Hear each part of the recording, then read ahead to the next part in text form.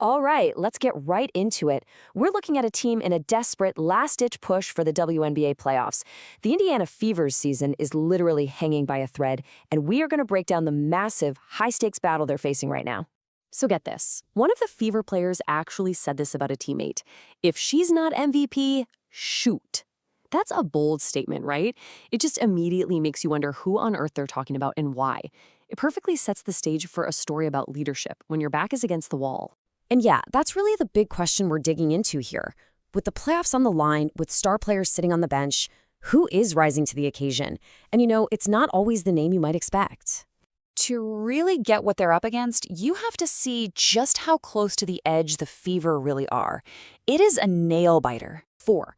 That number right there tells you almost everything you need to know. The Fever have lost 4 of their last 5 games.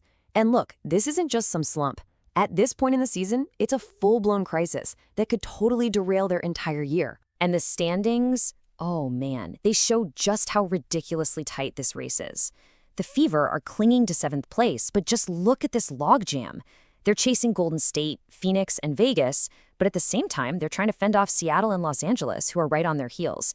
There is absolutely zero room for error. And here's what it all comes down to. Only the top 8 teams get a ticket to the postseason dance, and the Fever are sitting right on that bubble. Every single game, heck, every single possession from this point on could be what decides their fate.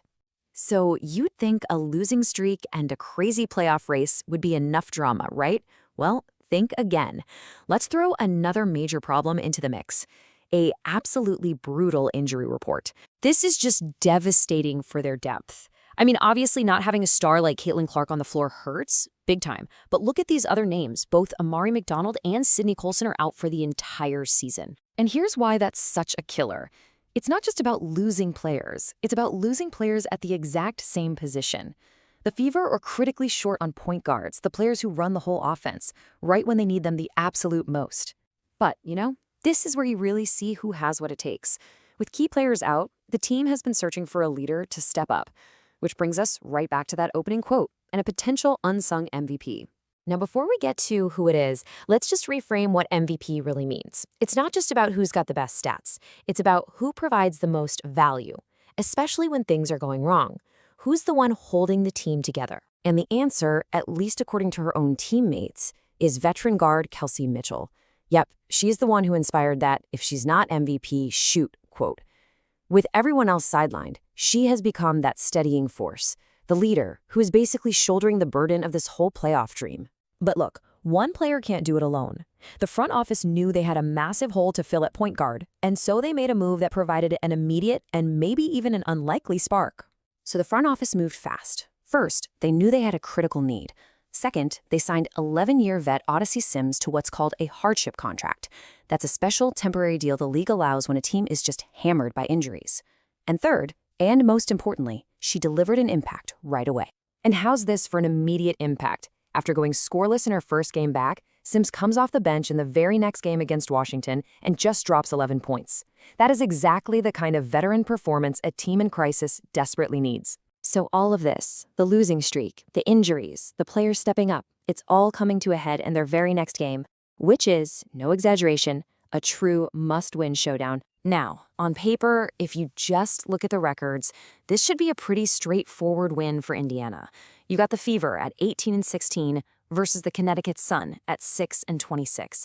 But honestly, that's what makes this so dangerous. This is a game everyone expects them to win, which just cranks the pressure up to a whole new level. And there's another layer to this. The Fever have actually had some success against the Sun this season, leading the series 2-1, so they know they can beat this team, which, would make a loss right now even more crushing. But let's be super clear, this is no walkover. The Sun have real talent. Future Hall of Famer Tina Charles is still putting up almost 16 points a game, and Marina Mabrey is always a threat. They are more than capable of playing the spoiler and ruining the Fever's season. So this is it. This is where everything comes together.